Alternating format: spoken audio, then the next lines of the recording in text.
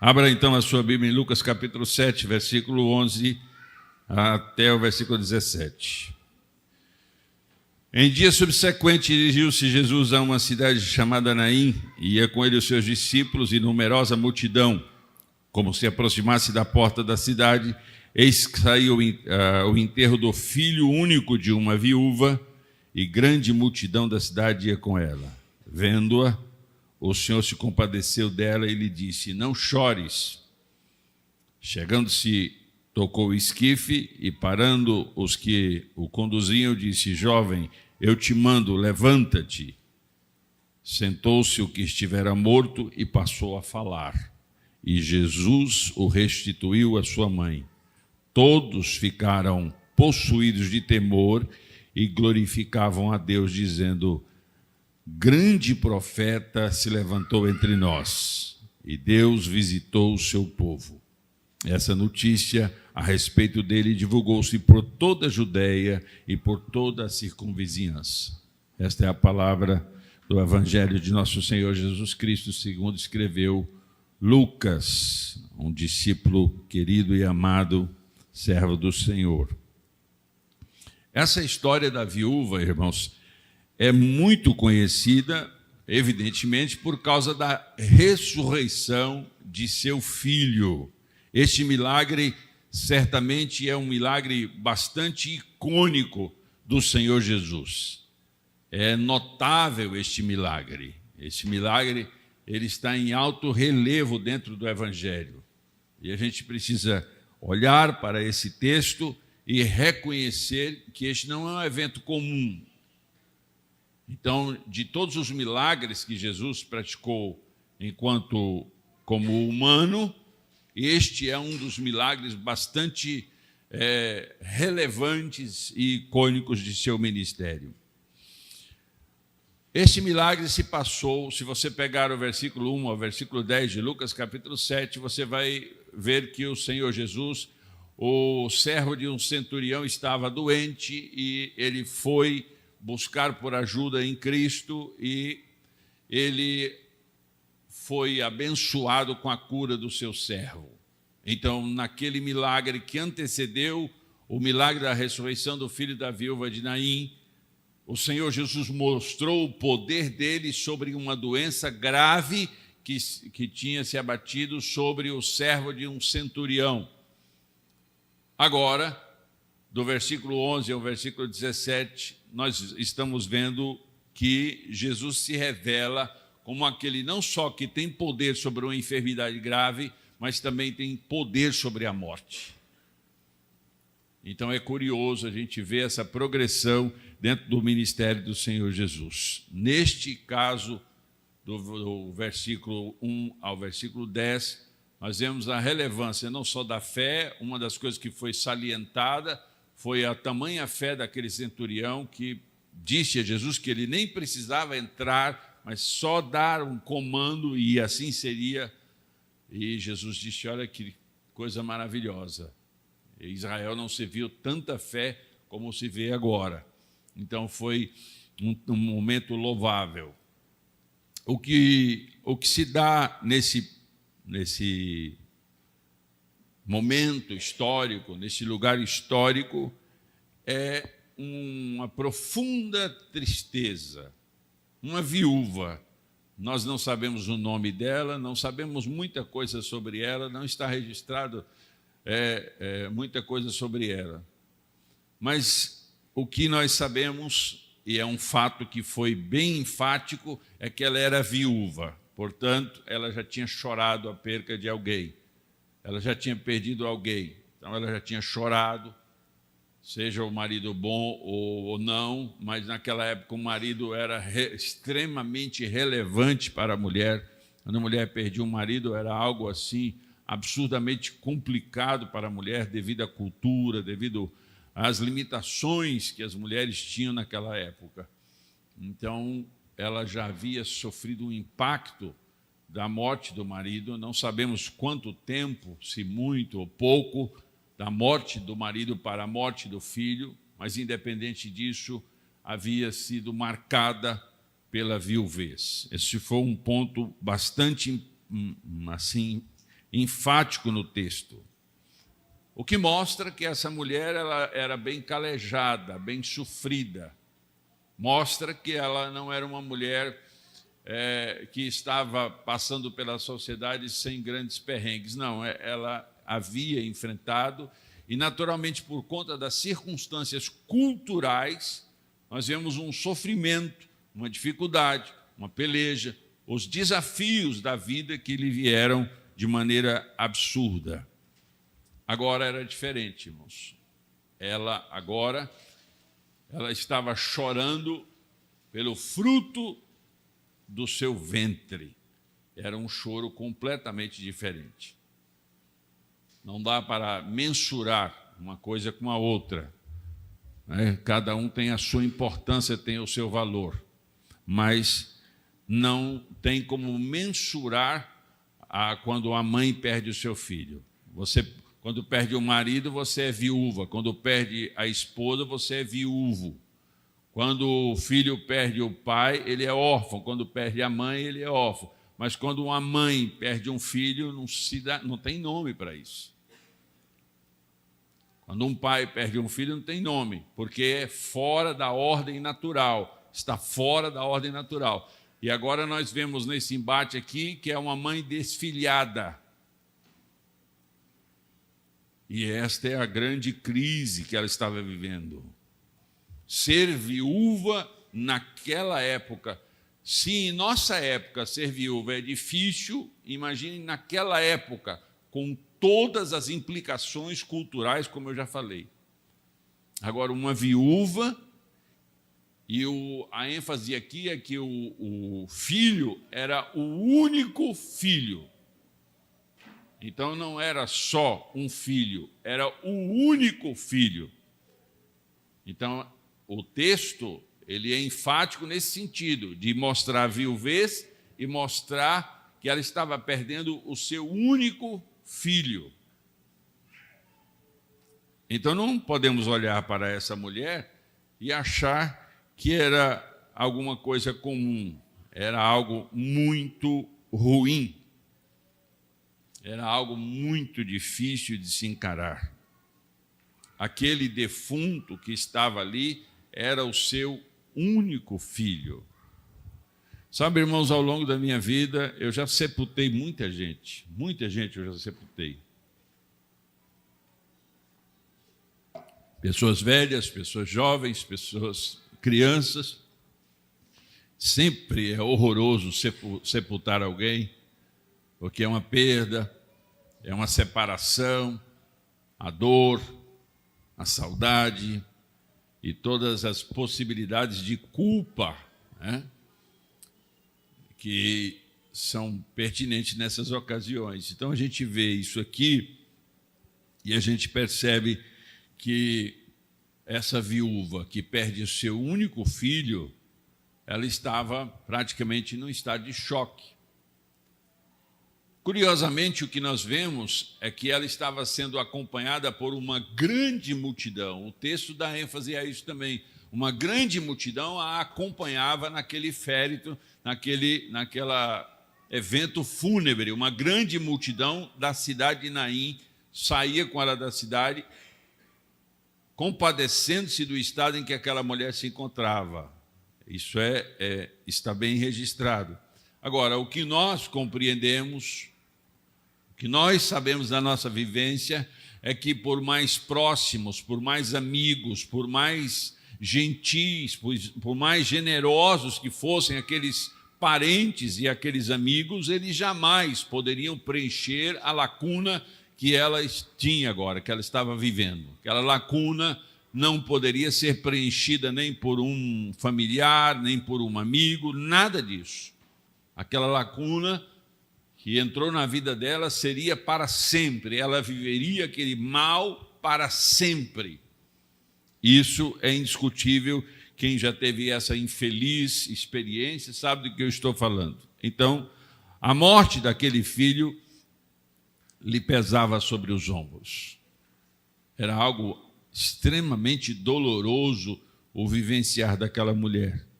O filho, que por ser único, era arrimo de família, ou seja, ele era o responsável pela casa. Ele tinha que cuidar da mãe na velhice dela. Não tinha seguridade, não tinha INSS naquela época. Eram os filhos que cuidavam das mães. E eu acho que continua, esse princípio bíblico deveria continuar existindo no nosso meio. Muitos filhos simplesmente abandonam os pais, mas há necessidade de cuidar, né? Então, a morte daquela criança ou daquele filho, não só estava se vendo aqui uma mulher perdendo o filho único, mas também a sua seguridade, o seu arrimo, a sua proteção, a sua provisão também estava sendo perdida naquela ocasião.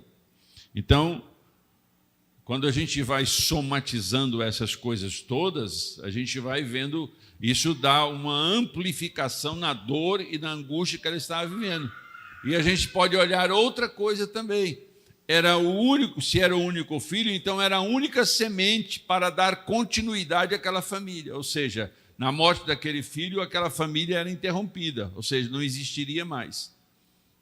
E esse é um sentimento muito forte em qualquer família, a continuidade, ainda hoje nos nossos dias, mas muito mais naquela época que a descendência tinha muito a ver com a expectativa do Messias, tinha muito a ver com as promessas dadas por Deus através dos seus profetas, dos seus servos. Então, era natural que aquelas famílias elas desejassem a continuidade de suas famílias. E aqui, neste episódio, o que nós estamos vendo é um filho único que morre, ou seja, ele era o arrimo de família, ele era responsável por proteger e prover para sua mãe, mas também ele era o responsável de dar continuidade à existência daquela família, à descendência daquela família. Quando olhamos para o texto, a gente vê que parece que foi uma coincidência, não é? Sam Feldman, um teólogo, diz que não existe coincidência, que a coincidência é o trabalho manual de Deus. A coincidência é o trabalho manual de Deus. Quando Jesus vai chegando no portão da cidade de Naim, a cidade de Naim ficava a cerca de 40 quilômetros de Cafarnaum. Cafarnaum, a região em que Jesus estava antes de vir para este lugar. E Jesus ele pregou, ele saiu em viagem, isso daria um pouco mais de 10 horas de viagem, 12 horas de viagem, dependendo do ritmo da caminhada. Nós não sabemos se foi uma caminhada direta ou se interrompeu para fazer a pregação do Sermão do Monte, né, que logo em seguida, após o Sermão do Monte, houve a cura do servo do centurião. O fato é que era uma cidadezinha pequena, talvez poderia ser chamada de aldeia. E, naturalmente, uma cidade pequena, há uma comoção generalizada, porque todo mundo conhece todo mundo, e a história é passada de um para o outro, e aquela fulana era conhecida, e toda a cidade, comovida com a sua história e com o seu estado, se levanta, se ergue em compaixão e em companheirismo para compartilhar aquele momento de dor que ela estava vivendo. Isso é o que nós conseguimos ver aqui neste texto que lemos. Outra coisa curiosa nesse texto é que se uma multidão saindo daquela aldeia, daquela cidadezinha pequena, chorosa, amargurada, angustiada pela morte daquele único filho daquela viúva, em contrapartida, Jesus vinha com um pouco dos seus discípulos e uma grande multidão o acompanhando. Aquela multidão tinha acabado de ouvir um sermão poderoso, tinha acabado de ouvir palavras poderosas, estavam todos eufóricos pela autoridade das palavras que saíram da boca daquele homem chamado Jesus. Então, uma grande multidão o acompanhava. Essa trajetória de Jesus. E aí, aquela multidão chorosa, amargurada, angustiada, saindo daquela cidade pequena, daquela aldeia, e uma multidão acompanhando Jesus e os discípulos de Jesus, eufórica, extasiada pela autoridade, pela graciosidade do Senhor Jesus. É o que vemos, essa distinção, essa diferença de uma multidão para outra. E isso é comum, né? Enquanto tem famílias celebrando o nascimento de seus filhos, celebrando datas importantes, tem outras chorando pela morte, pela doença, pela desgraça, pelo prejuízo financeiro, por um acidente. Então o mundo está assim, muitas pessoas celebrando, muitas pessoas chorando, angustiadas. Multidões de pessoas em lugares ao redor do mundo estão em crise, vivendo colapsos terríveis, como agora, acontecendo ali na região de Gaza e Israel. Assim também nós estamos, cada qual aqui, carregando a sua carga de alegria e a sua carga de frustração e decepção. Pessoas que individualmente vivem tempos de alegria, de euforia, e pessoas que vivem a sua carga e as suas experiências dolorosas e angustiantes. Isso é comum se ver no dia a dia. Nesse cortejo fúnebre, irmãos, o que nós podemos ver? Era um cortejo, naturalmente, de dor, de tristeza. E quando Jesus se aproxima do portão daquela cidade e dá de cara com aquela multidão que vem saindo, o costume da época era que todas as vezes que você se encontrava com um cortejo fúnebre, a regra era que você se juntasse ao cortejo fúnebre e acompanhasse o cortejo até o sepultamento daquele morto. Isso era a regra social, era o costume cultural. Então, quando Jesus vem chegando com aquele povo e encontra aquela outra multidão chorosa saindo da cidade, o certo era Jesus se misturar com aquela multidão e acompanhar aquela multidão até o sepultamento. O que Jesus faz em contrapartida? Ele chega, atravessa o cortejo, a mãe ficava na frente do morto. Ali havia, quando fala que Jesus tocou o esquife era uma espécie de maca que colocava o cadáver envolto em lençóis. Eles enrolavam o cadáver em lençóis e colocavam tipo uma maca. O esquife era uma maca.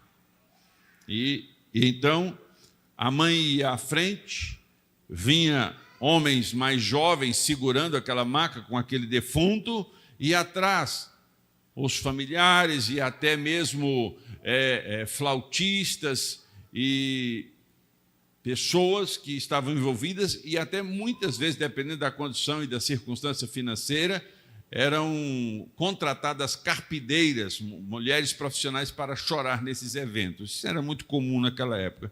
Então nós vemos aqui uma grande multidão indo sepultar alguém num momento para aquela cidade, um momento de muita consternação, porque todos conheciam a história daquela viúva. E aí vem Jesus, intercepta aquele cortejo. Jesus, em vez de ir para trás e entrar nas fileiras e acompanhar, ele vem e para na frente, onde a mãe estava, olha para aquela mulher chorosa, triste, aflita, com o peso do mundo sobre seus ombros, estava inclinada em suas dores terríveis.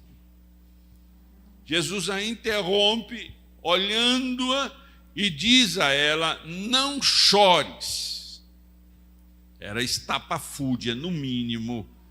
Jesus falando aquilo ali, inclusive é de muito mau gosto quando você chega num ambiente que as pessoas estão chorando pela perda de alguém, ou porque alguém, e você fala: não, chora não, chora não. A gente não pode usar essa frase, porque isso desconstrói a possibilidade daquela pessoa ser trabalhada por suas emoções. Ela está vivendo um impacto emocional muito grande.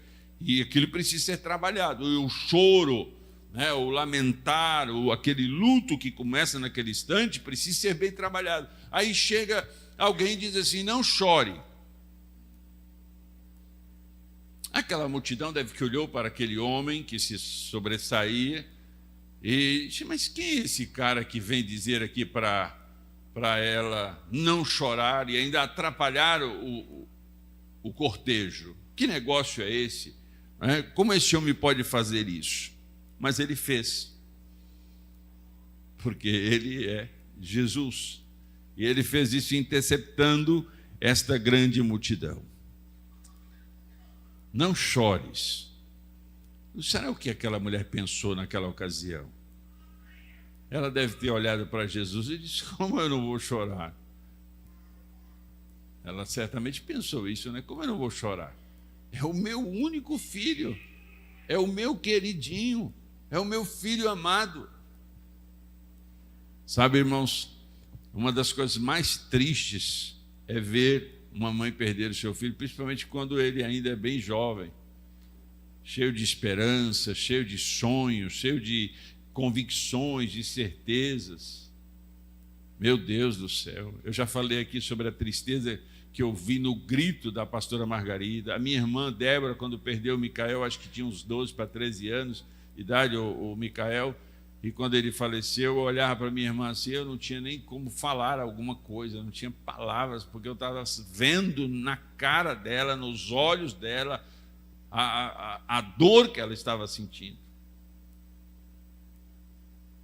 É algo terrível. E Jesus interrompe esse cortejo. Aborda dessa maneira. E sabe de uma coisa, irmãos? O texto diz que Jesus teve compaixão por ela. Ele se condoeu. Essa é uma das coisas que a gente vê muito em Jesus, isso no seu processo humano, essa compaixão, ele condoer-se, ele ter essa empatia, ele sentir a dor das pessoas que estão ao seu redor. Eu vejo que quando Jesus curava uma pessoa, tirava uma pessoa da aflição, eu vejo nele o transbordar de alegria, ou seja, o seu ministério estava sendo validado ali, o objetivo para o qual ele estava ali estava se cumprindo, e as pessoas estavam voltando a sorrir, voltando a sonhar, ter expectativa de vida. Então, ele sentiu a dor daquela mulher, e há de se lembrar que ele estava ali como filho único de Deus, e ele estava diante do filho único de uma mulher que estava morto. Será que ele se lembrou? Ele, como filho único, estaria morto dentro de pouco tempo também? As dores e as implicações, se ele tinha essa empatia e essa compaixão, natural que um turbilhão de pensamentos e coisas vieram ao seu coração. Então, essas palavras, quando ele olhou para a mulher e disse: não chores, parece que era fora da realidade. Mas ele estava tendo compaixão por ela, ele queria intervir.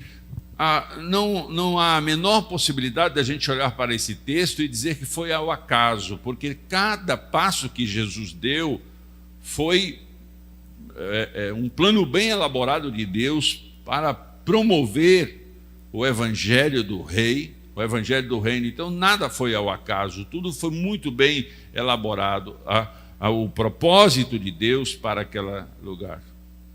Então, quando Jesus olha para aquela mulher e diz para ela não chorar, talvez alguém diz: mas a única maneira de impedir essa mulher de chorar é anular o motivo do choro dela. Mas quem teria essa autoridade? Quem poderia mudar isso? Quem poderia anular o motivo do choro daquela viúva e desfilhada? Aos olhos e ao entendimento daquela geração, ninguém podia fazer isso, né? Mas ali estava aquele que ousara interromper o funeral e ainda dizer para aquela mulher: não chores mais. Sabe, irmãos, quando ele olha para aquela mulher e diz: não chores, ele tinha uma resposta tão poderosa. Ele poderia ter ido direto no defunto e já realizado o milagre. Mas aquela compaixão, aquele sentimento que há em Jesus, e essa maneira dele se relacionar com a gente, mostrando que ele liga, que ele se importa com a gente, que ele está preocupado com a gente. Então ele olha para ela e diz: olha, não chores. É como quem ele estivesse dizendo: o seu problema será resolvido agorinha, eu vou dar um jeito nisso. Então ele volta-se para o esquife, para a maca, e sabe, todo judeu sabia que não podia tocar ali, porque se tocasse ali seria considerado impuro, e precisaria então de passar por um processo de purificação, pela presença de um sacerdote. Era complexo, ali não era uma coisa só de chegar e tocar, principalmente um mestre como era Jesus, então ele não podia tocar.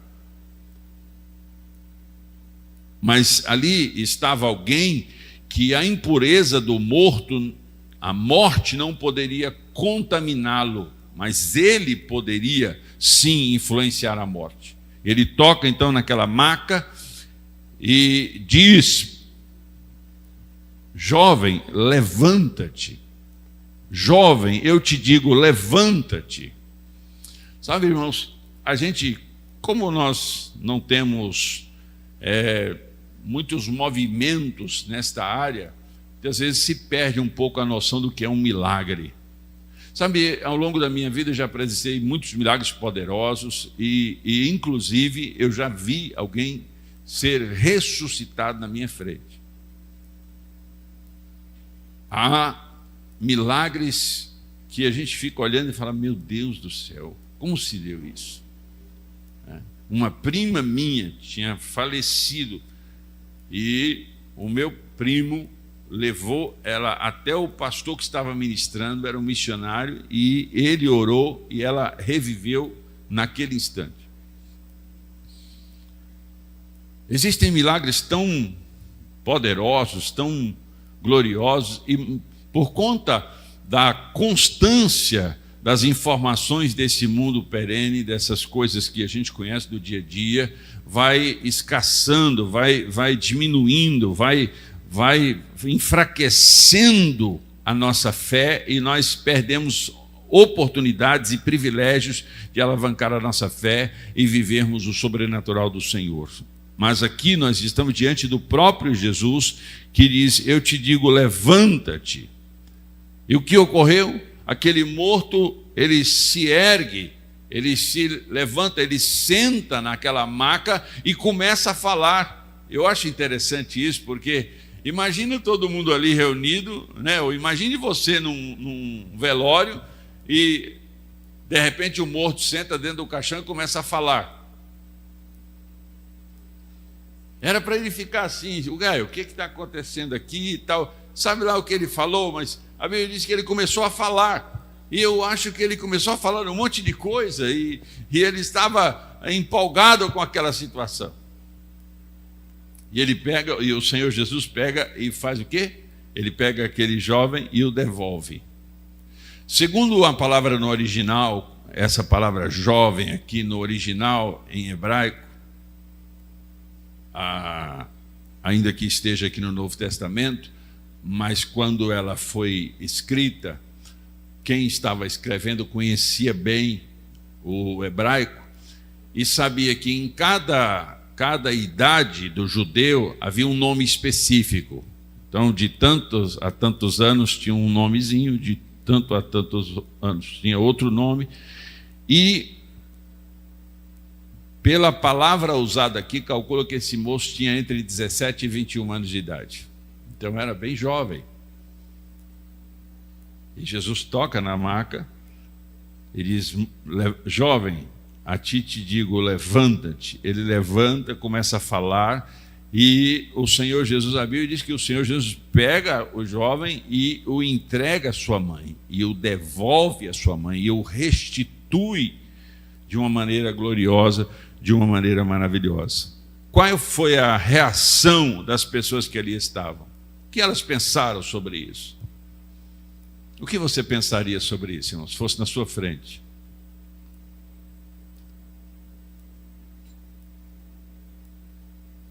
Você daria foco ao morto?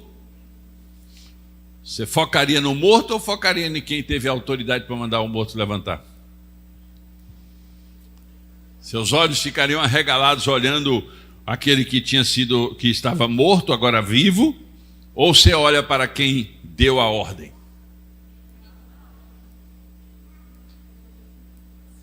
Claro que num primeiro momento você, meu Deus, o homem ressuscitou, o morto se levantou, olha que coisinha. Mas se a sua mente for acurada, se você for uma pessoa que faz perguntas precisas, é evidente que você vai olhar para quem usou a autoridade. Quem é este homem que tem a autoridade de mandar um morto voltar a viver? O que eles falaram? O Senhor nos abençoou com um grande profeta. E o próprio Moisés disse que Deus mandaria um profeta maior do que ele. Jesus é chamado de profeta na palavra. E aqui eles dizem, o Senhor nos abençoou com um grande profeta. E sabe o que aconteceu ainda? Eles começaram a glorificar a Deus, eles começaram a bendizer o nome do Senhor e a glorificar o nome do Senhor. Eu penso que eles começaram a dizer, bendito seja o Deus de Israel, que nos abençoou com esse grande milagre, algo extraordinário aconteceu, louvado seja o nome do Senhor, aleluia, Deus é maravilhoso, Deus consolou esta mulher, Deus, e começou a dizer um monte de coisa, bendizendo o nome do Senhor que havia feito esta coisa tão poderosa, este profeta.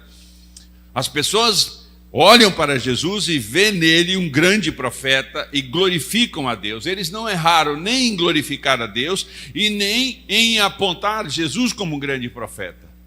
Só que eles não tinham noção, irmãos, que estava ali na frente deles o próprio Filho de Deus. Era o próprio Filho de Deus que estava com eles, estava ali, era Emanuel. Estava ali com eles não se aperceberam disso, eles não estavam entendendo isso.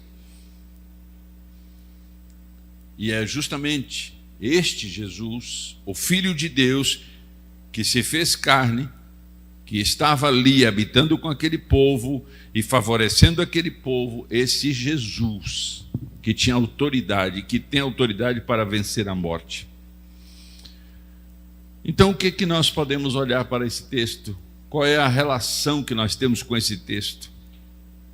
Primeiro eu preciso olhar para esse texto e para os evangelhos e perceber que este foi o primeiro grande milagre, o primeiro grande sinal do ministério de Jesus, do ministério terreno de Jesus. Foi a primeira ressurreição, depois ocorreu a da filha de Jairo e depois a de Lázaro, mas este foi o primeiro milagre da ressurreição. Então, os próprios discípulos que estavam com Jesus, os apóstolos, eles ficaram boquiabertos. Aquele movimento sobrenatural impactou. Se havia alguma dúvida, se havia alguma sombrazinha no coração daqueles apóstolos, daqueles discípulos, isso foi agora eliminado de uma vez por todas, porque aquele Jesus que eles o receberam como mestre, como Senhor, como Messias prometido, a unção, que é o Messias, o Cristo, né, que é o ungido, essa unção de autoridade, essa unção que foi delegada, essa autoridade que foi dada, esta permissão para agir neste sobrenatural, estava sobre ele. Ele mesmo disse, o Espírito de Deus me ungiu. E esta é a palavra do Senhor. Então nós estamos olhando aqui para um ser que não é só um grande profeta, ele é um grande profeta, não é só um que fez um grande milagre, mas é o Filho de Deus. Mais do que isso, aquele que veio com uma autoridade para mudar a nossa sorte. E quando ele olha para aquela mulher, este foi um milagre de devolução, foi um milagre de reparação, foi um milagre de restituição. Ele olha para aquela mulher e ele vê aquele estado, e ele pega aquele filho que estava morto, dá vida a ele, e o restitui, e repõe para esta mãe desfilhada. Agora ele repõe aquele filho para aquela mãe. Então é o que nós vemos. Aquela mãe, por mais desolada, por mais abatida, por mais angustiada, que recebeu aquela frase, não chore, agora ela olha para o filho dela, sob a autoridade daquele senhor desconhecido, que estava agora, aquela criança, aquele jovem, e que estava em pé, falando. Ela olha estarrecido, algo aqui que não havia palavras, não havia explicações. Aquele ungido de Deus mudou a história daquela mulher e mudou a história daquela cidade. Aquela cidade nunca mais foi a outra. Uma coisa curiosa é que o único texto que fala de Naim é aqui nesse lugar. Nenhuma outra referência a Naim na Bíblia, só aqui. E essa cidade ficou desde sempre. Agora imagine vocês nos anos seguintes, sempre que olhavam para aquele filho daquela viúva, eles iam relacionar o milagre daquele dia. Não sabemos quantos anos aquele jovem viveu. Vamos considerar que ele viveu uma boa vida, que ele viveu muitos anos. Só que um dia ele morreu também.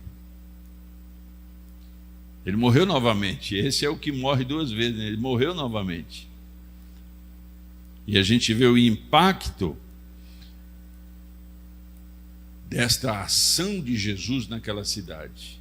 Foi uma chave virada. Foi um tempo novo para aquela cidade. Aquela cidade, ela pode até não ter seguido Jesus, duvido muito, né?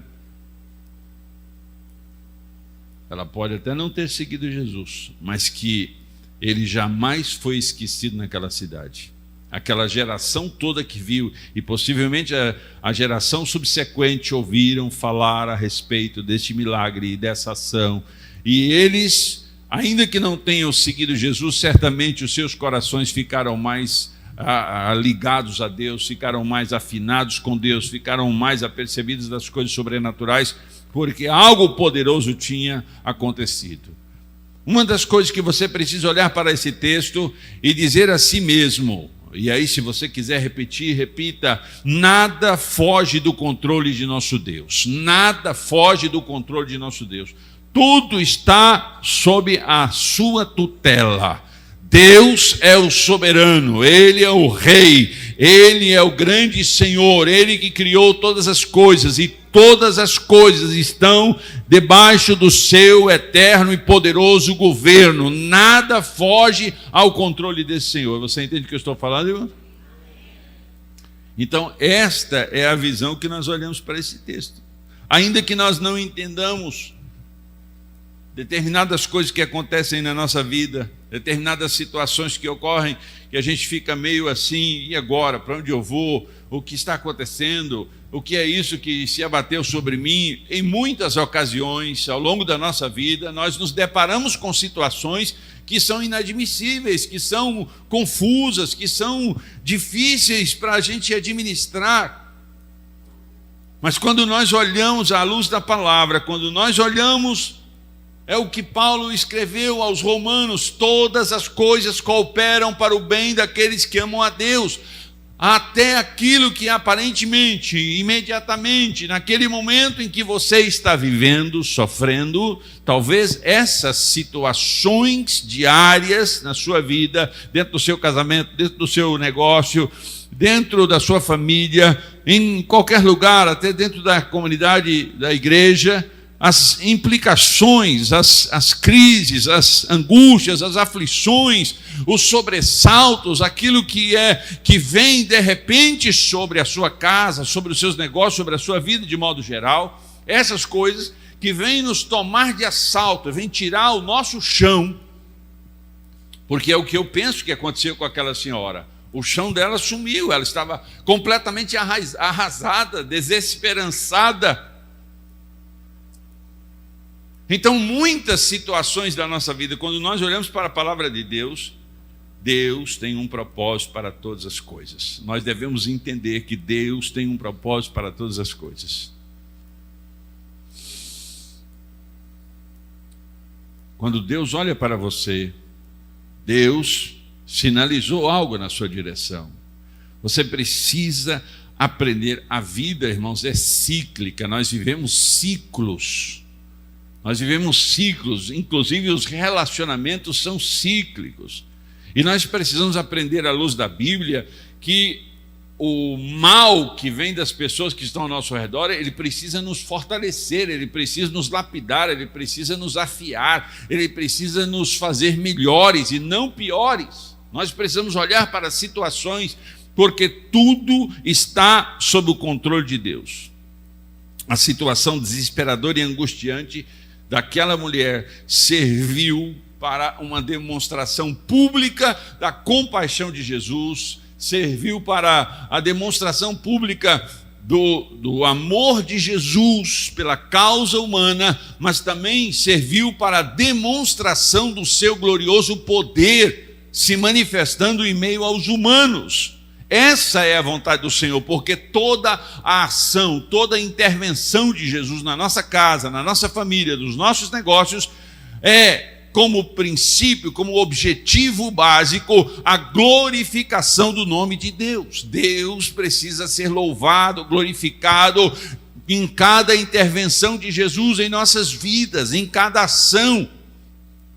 Mas como o nome do Senhor vai ser glorificado numa boca de um ranzinza, uma pessoa que só olha o copo esvaziando, só olha o copo que está, só reclama, mas não gosto dessa cor, isso aqui é desagradável. É uma pessoa que está sempre na contramão, é uma pessoa que está sempre com amargura, com dissabor, é uma pessoa que está sempre agorenta, é uma pessoa que está sempre desafiando no sentido de achar as coisas ruins. É como desculpe usar esse termo, mas é como um urubu, sempre fica procurando a podridão, sempre fica procurando a morte, sempre fica procurando a carniça. Tem gente que fica nesse estado constantemente. Então, como o nome do Senhor será glorificado, como Deus será glorificado na nossa vida, se nós não conseguimos ver as coisas, que nós não conseguimos achar as coisas? Naquele dia, naquele instante, quando Jesus dá a ordem para aquele jovem, a ti te digo, levanta-te, ele estava mostrando que ele é o Senhor da morte, ele é o Senhor da vida, ele é o Senhor da morte. O controle, o poder está nas mãos dele. Apocalipse capítulo 1, versículo 18. Ele é o Senhor soberano. E nós precisamos ter esse entendimento. A Bíblia fala de outras ressurreições, no primeiro livro de Reis, no segundo livro de Reis, fala de uma ressurreição com Elias e de uma ressurreição com Eliseu. Mas essa ressurreição, diferente daquelas, essa ressurreição foi totalmente diferente, porque ela foi de uma determinação absurda. O Senhor Jesus chegou e deu ordem, deu comando. Não houve súplica, não houve nenhum movimento, não houve nenhuma atitude que demonstrasse a limitação do homem. Não, foi uma ordem expressa. Jovem, a ti te digo. Ele endereçou a frase, a ordem para alguém que estava ali e que não podia, do ponto de vista natural, do ponto de vista humano, ouvi-lo, mas ele determinou, ele falou, levanta-te. E foi isso que aconteceu. Então, quando eu olho para a palavra do Senhor, eu preciso reconhecer nela algumas coisas para a minha vida. Ele próprio, Jesus, sendo o Filho de Deus, que tem poder sobre a morte, poder sobre a vida. Mas esse mesmo Senhor, tão poderoso, tão glorioso, tão magnífico, ele se compadece de nós. Lá na cruz, quando ele estava sendo afligido, já tinha sido açoitado, torturado, já tinha sido dependurado, ele olha para o Pai, ele faz a oração: Pai, não lhes impute esse pecado, não lhes cobre esse pecado, não dê a eles esse pecado. Porque aqueles homens que estavam maltratando ele, aqueles homens que estavam machucando ele, ainda assim ele estava preocupado com o destino daquelas vidas, com o destino daquelas almas. Então, significa, irmãos, que Jesus, ele olhou para aquela viúva daquela pequena cidade cerca de 40 quilômetros da região que Jesus morava, da cidade que Jesus morava, de Cafarnaum. Jesus conseguiu enxergá-la, Jesus conseguiu ver a sua dor, ele teve empatia, ele teve compaixão, ele teve misericórdia daquela mulher. Ele é o autor da fala de Mateus capítulo 5, bem-aventurados os misericordiosos, porque alcançarão misericórdia. Este Senhor, sim, ele olhou para aquela mulher e falou: espere aí, essa mulher está precisando de misericórdia, ela está aflita, angustiada. E então ele dá um desfecho diferente, ele dá uma solução para aquele problema que era insolúvel aos olhos humanos. Mas quem estava ali? O próprio Jesus. Sabe, irmãos, o interesse de Jesus sempre foi aliviar a dor, sempre foi socorrer o necessitado. O salmista, falando profeticamente, ele diz: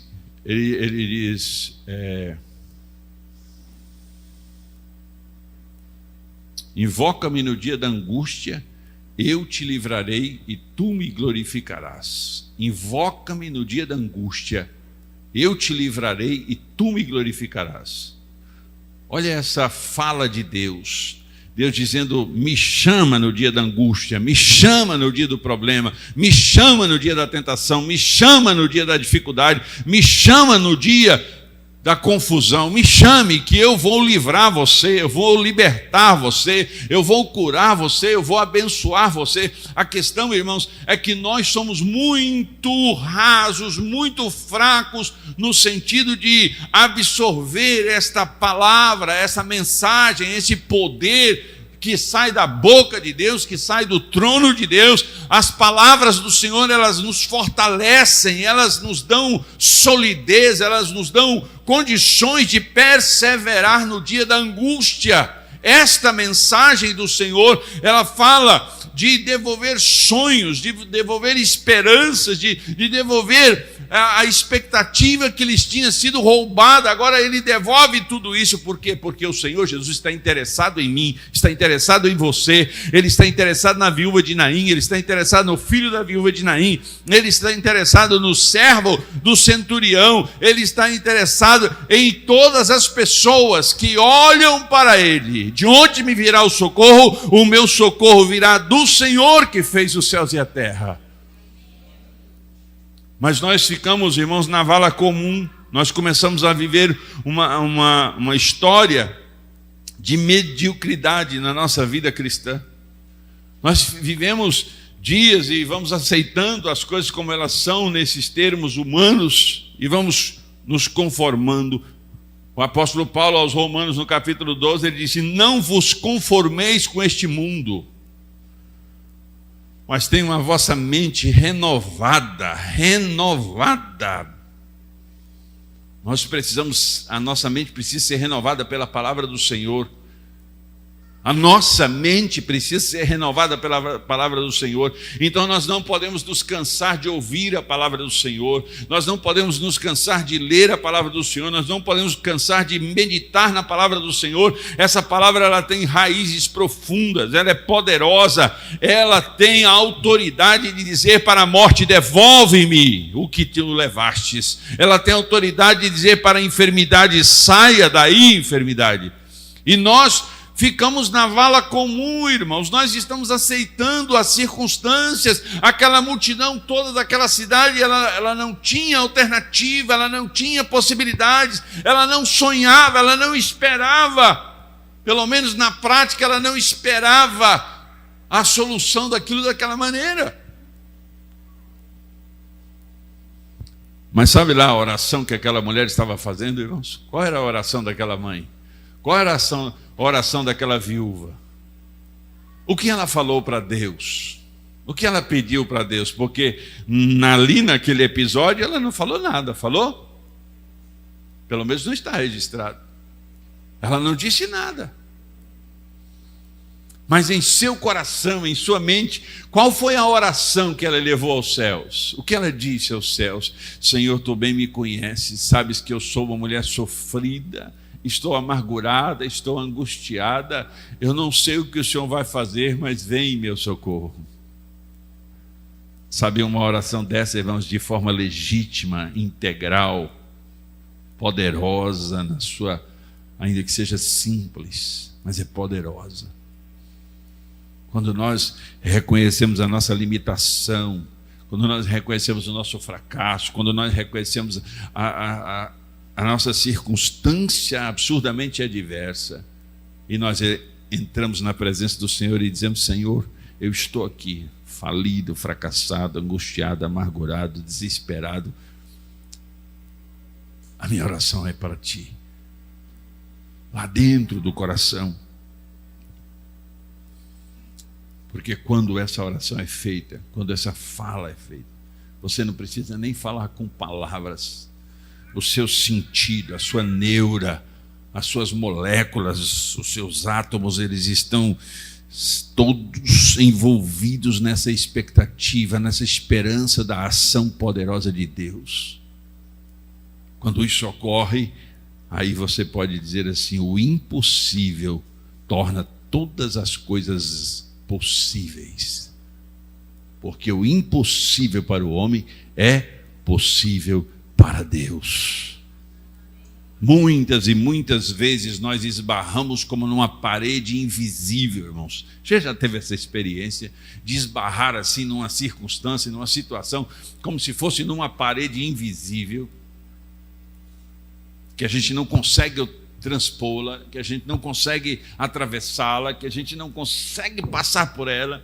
É um obstáculo invisível e a gente faz todo o esforço de um lado e de outro, e a gente gasta energias e a gente pensa em todo tipo de planejamento, de projeto, e a gente fala com meio mundo de gente, e a gente está tentando resolver, está tentando sair daquela situação e não consegue. Há uma parede, há um obstáculo, há uma oposição contra a nossa vida.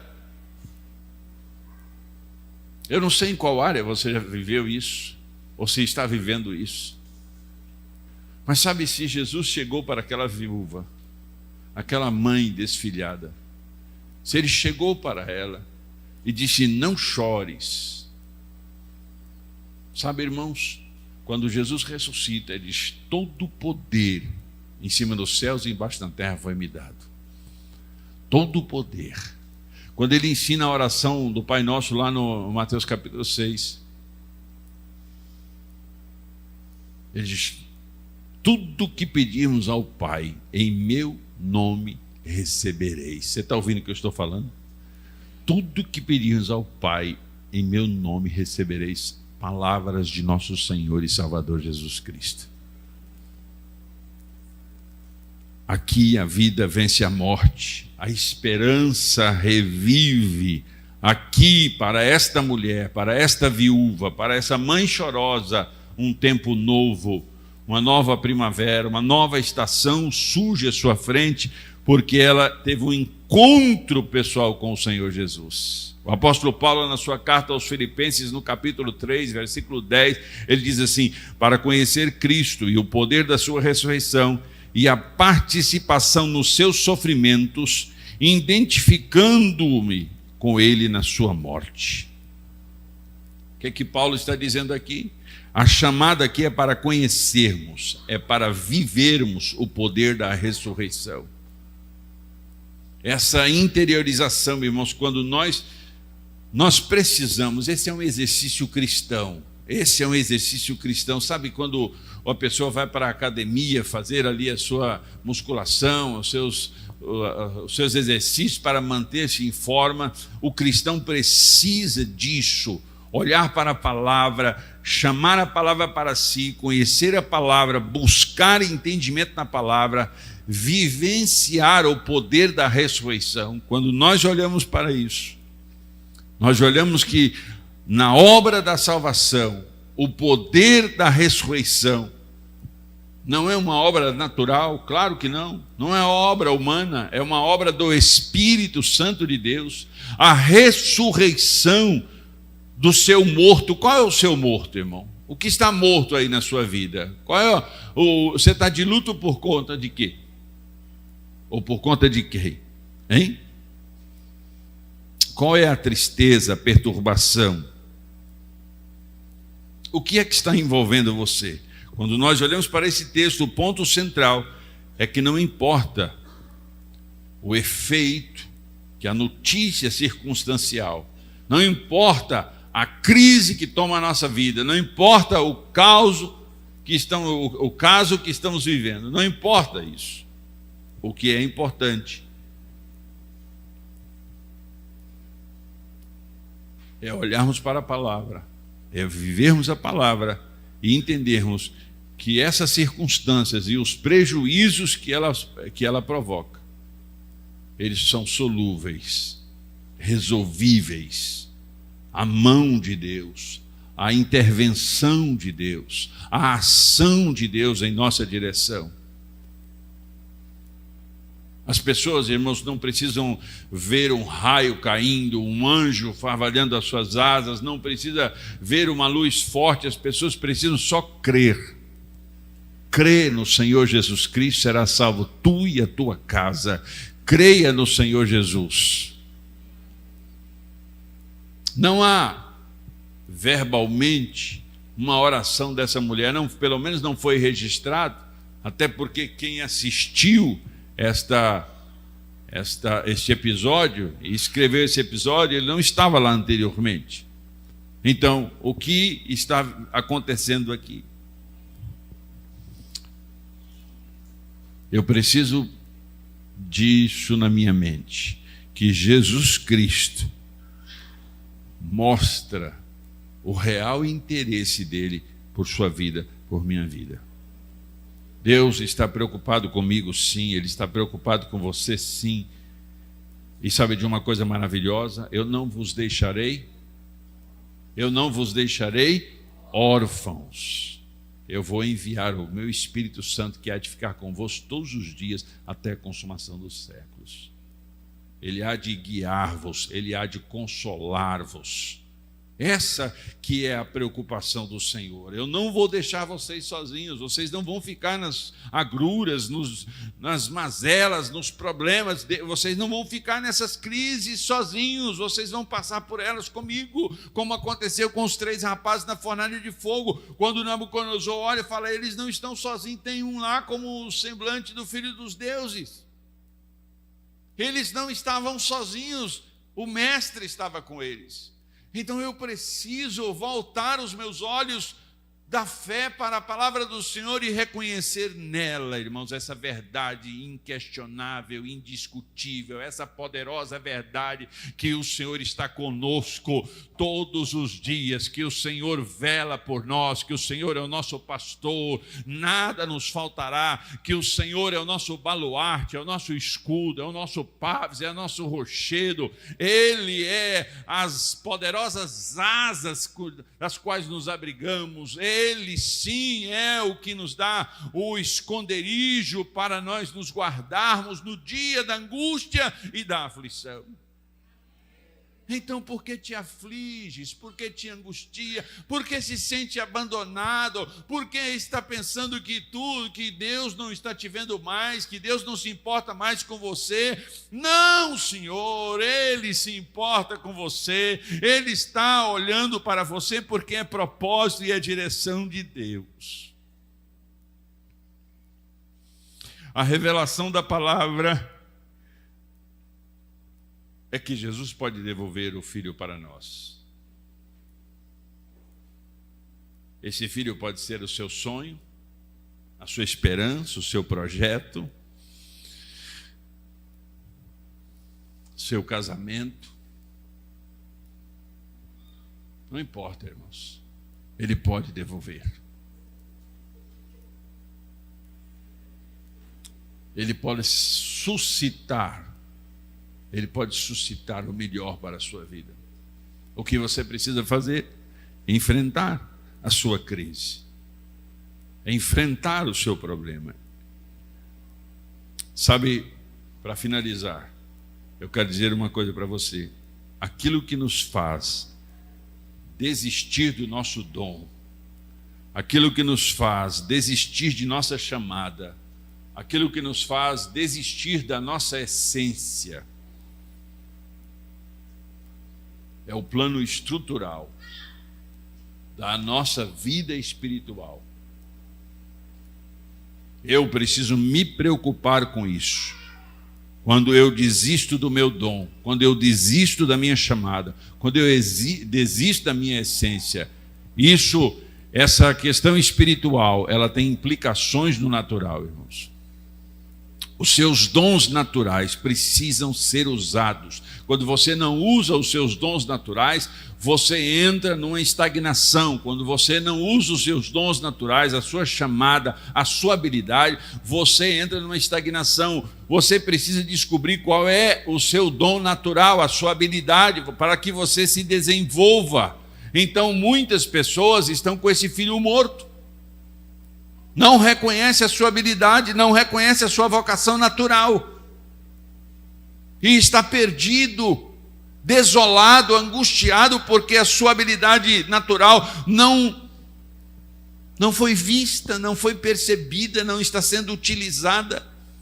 Então você precisa orar e clamar ao Senhor e chamar que este morto ressuscite, para que as suas habilidades naturais, a sua vocação, a sua chamada natural seja relevante na face da terra e você lidere as suas conquistas dentro da sua casa e da sua vida.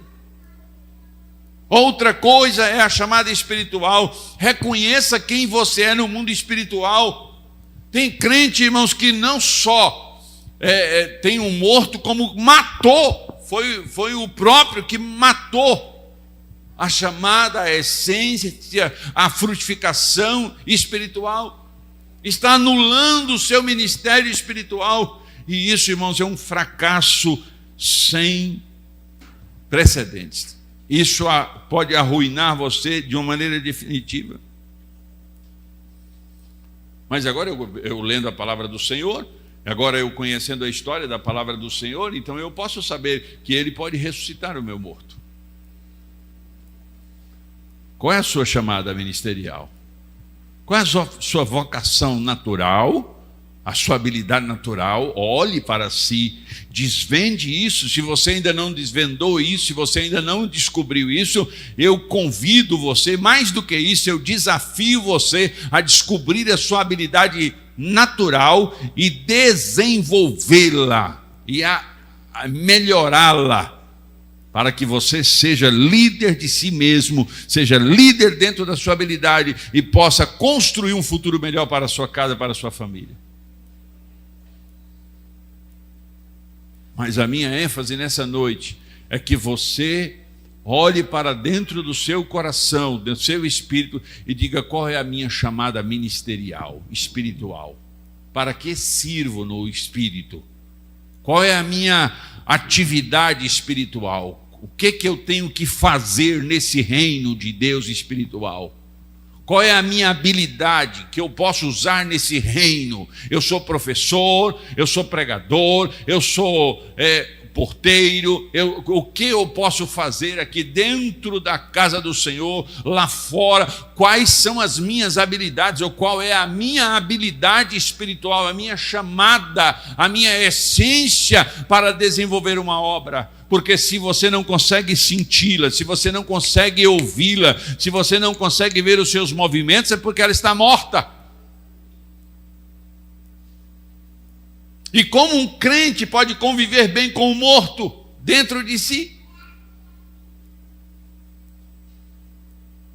Um dia desse, irmãos, lá na pia de casa tem uma vasilha que vai assim, tipo um valinho que vai dentro da pia, do lado assim, onde eu boto detergente, boto a bucha, e a gente cortando carne de cá e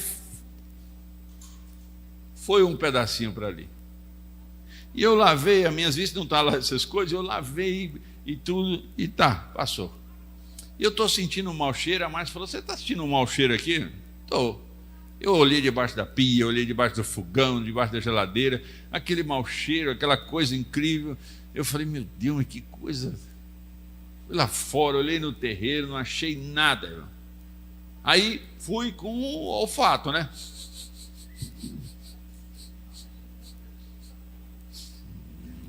É aqui, ó.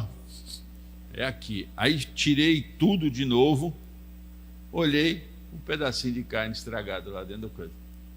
Falei, mas Márcia, eu estou um lavador bom de pia, viu? Isso aqui já deve ter uns 2 dias que está aqui, não é possível. Peguei aquilo, botei na lixeira, e lá na lixeira, embaixo da pia, ainda estava o mau cheiro. Eu tive que pegar a sacola de lixo e jogar fora. Agora, como que algum cristão consegue viver com um morto, irmão? O morto, ele fede. Tem gente com o morto espiritual dentro da sua vida. Eu quero que você descubra essa semana, esse mês, antes de finalizar o ano, eu quero que você descubra quem você pode ser dentro do reino de Deus, a sua habilidade espiritual, a sua habilidade ministerial. Tenha prazer, festeje o seu movimento espiritual, irmão. Se alegre com o que você pode fazer dentro do reino. Qualquer coisa. Eu vi alguns irmãos falando do projeto Celeiro. Alguns irmãos falando assim que chega e enche a boca. Que coisa maravilhosa, irmãos. Olha, minhas amigas, nós estamos com um projeto, eu quero que você participe, é um projeto lindo e tal. Nós estamos atendendo as famílias e tal. Que maravilhoso, irmãos. Mas algumas pessoas, muitas vezes a gente fala do projeto Celeiro, e então para algumas pessoas parece que não está falando nada. Tudo bem. Não é a sua praia, não é a sua vocação. Apesar de que todo cristão tem sido chamado para ser misericordioso, mas tudo bem. Mas o que é que você faz no reino de Deus? Qual é a sua atividade no reino de Deus? Está tão morto assim? Está tão imperceptível assim? Você não consegue detectar? Não está tendo mau cheiro nenhum, irmãos? Está pior do que o apóstolo? Meu Deus do céu. Porque mesmo com mau cheiro eu não estava achando, mas meu Deus do céu. Então eu quero que você olhe para dentro de você mesmo e fale, eu posso ser melhor do que eu sou. Eu vou convidar mais pessoas para participar do culto de domingo. Eu vou convidar pessoas para participar mais dessa reunião e daquela. Eu vou estar frequentemente no alto monte. Eu vou fazer isso, eu vou chegar nesse horário. Eu vou fazer esta oração. Eu vou fazer esse trabalho. Eu vou ler a Bíblia com mais empenho. Eu vou estudar teologia. Eu vou fazer uma obra de caridade. Eu vou adotar uma criança. Eu vou dar uma cesta básica todo mês no projeto Celeiro, eu vou dar 5 cestas básicas no projeto Celeiro, eu vou fazer, eu vou desenvolver, eu vou agir, eu vou me movimentar, porque o meu morto não está mais morto, ele ressurgiu, porque Deus tocou em mim e disse, ei, a ti te digo, levanta-te. Você entende o que eu estou falando, irmãos? Nossa dor, nossa angústia, nosso prejuízo pode ser resolvido pela presença do Senhor, ou pelo menos aliviado. Mas, sobretudo, irmãos, a nossa vida espiritual, ela deve ser tocada, porque se a nossa vida espiritual não for tocada, a nossa existência é inútil dentro do reino de Deus. E como é que você pode conviver com a sua inutilidade? Você tem coragem de chamar o seu irmão de inútil? Hein? Você tem coragem de chamar de inútil? É feio, não é? É feio, é desagradável, não é? Eu não estou mandando você chamar, não, viu? Estou mandando você chamar o seu irmão de inútil, não. Estou perguntando se você tem coragem. Você tem coragem? É desagradável, é desconfortável a gente olhar para nosso amigo, para o nosso irmão e falar, você é um inútil. Então olhe para o espelho, irmão, converse com o espelho, viu? Bote o espelho na sua frente e fala assim, e aí, ô fulano que está aí sendo refletido no espelho, você é um inútil. Que habilidade você tem no reino? E tal, porque a gente sempre tem as desculpas esfarrapadas. Não adianta, essas desculpas você está querendo dizer que está morto aí a situação. Mas eu estou levando Jesus para dentro, eu estou buscando Jesus. Jesus está tocando o esquife, ele está tocando essa maca desse morto, ele vai se desvencilhar desses lençóis mortais e ele vai sair daí e vai se tornar eficiente, útil, poderoso no reino de Deus, poderoso nas habilidades naturais. Nós precisamos sair dessa inércia e criar uma sustentação, uma base, irmãos, que nos dá condições de prosperar no natural e no sobrenatural. Essa prosperidade no natural, irmãos, tem a ver com a nossa ligação com as nossas habilidades. Eu quero desafiar você a descobrir quais são as suas habilidades. Descubra e se torne bom nessa habilidade, se torne o melhor nessa habilidade. Aqui na cidade tem uma pessoa que faz uma cocada, irmãos, que ele vende pela internet, e eu comprei essa cocada um dia. Meu amigo do céu, que coisa maravilhosa. Uma cocada, ele coloca numa caixinha daquela, transparente, pôs um adesivozinho com o nome da cocada, e ele atende a gente pelo WhatsApp. Se eu estou querendo uma cocada em tal lugar, você pode achar que eu levo. Que cocada maravilhosa. A do frango, a do frango castelão, irmãos, esta aqui é o testemunho de o que é Deus ressuscitar um morto. O estado em que o pastor Rodrigues e a pastora Amparo estavam naquele momento era de necessidade de um grande milagre. E foi num jejum. Foi num jejum de Daniel, num propósito diante de Deus, que Deus deu a eles fizeram algo e as pessoas gostaram, ou seja, descobriu uma habilidade ali naquela hora.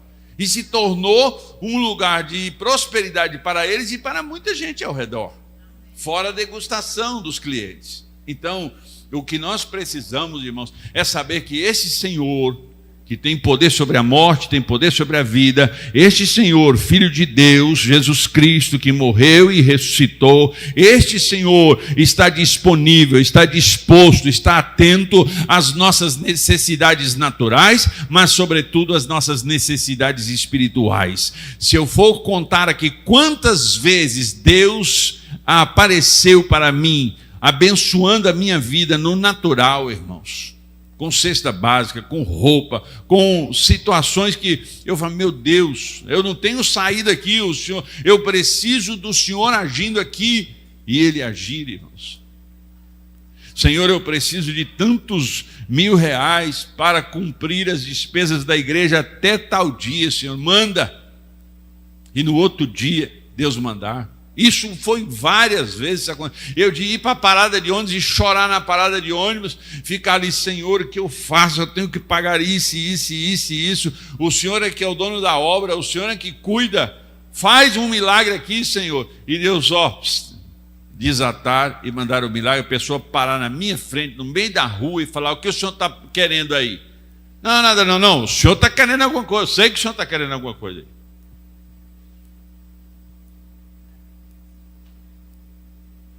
Então, as nossas habilidades naturais, eu quero que você fique de pé agora no nome de Jesus.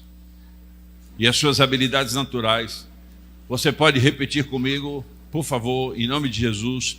Diga, eu preciso ter uma convicção de que o Senhor Jesus pode agir na minha vida. Eu preciso das minhas habilidades naturais, mas sobretudo da habilidade espiritual.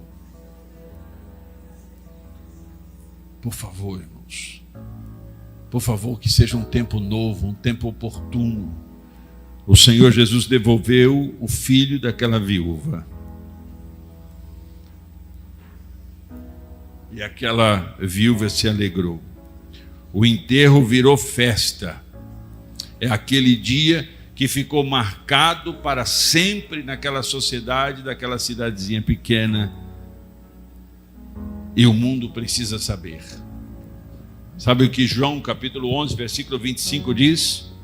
Todo aquele que crê em Jesus, com certeza, ainda que esteja morto, viverá.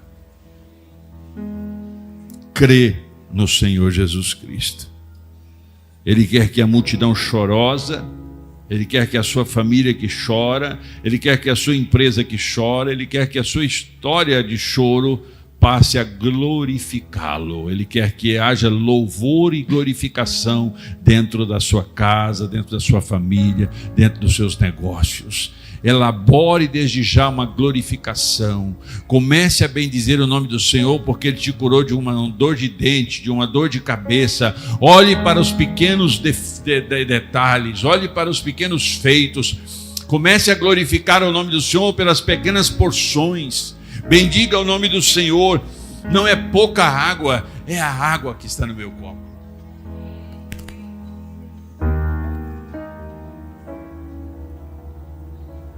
Não é legal, não é bonito um crente pessimista, irmão. Tem muito crente pessimista. Como é que uma pessoa que professa crer é pessimista? É controverso. Então nessa noite eu quero desafiar você, olhe para mim. Eu quero desafiar você a viver um dia de grande milagre. Viver um dia, uma semana, um mês, esse final já de 2023, e seja este finalzinho, esses últimos dias, possa ser os dias de seu grande milagre. O grande movimento do Filho de Deus em sua direção, o grande movimento do Autor da vida, o grande movimento do Senhor Deus na sua direção. Tome posse dessas palavras, tome posse dessas verdades. Não questione, não duvide. Assuma a sua verdadeira identidade como cristão e diga: eu vou ver a minha habilidade natural e a minha habilidade espiritual ressurgir, viva, poderosa, saltitante, glorificante, agindo no reino de Deus, um poderoso agente do reino de Deus se movimentando. Não é possível que você vai passar pela vida sem ser útil no reino de Deus, sem se manifestar como alguém que possa modificar a vida de outras pessoas. Sabe, irmãos, eu sou muito limitado. Eu olho para mim e eu falo: meu Deus do céu, como eu sou limitado. Tem hora que dá vontade de bater em mim mesmo. Mas ainda assim, irmãos,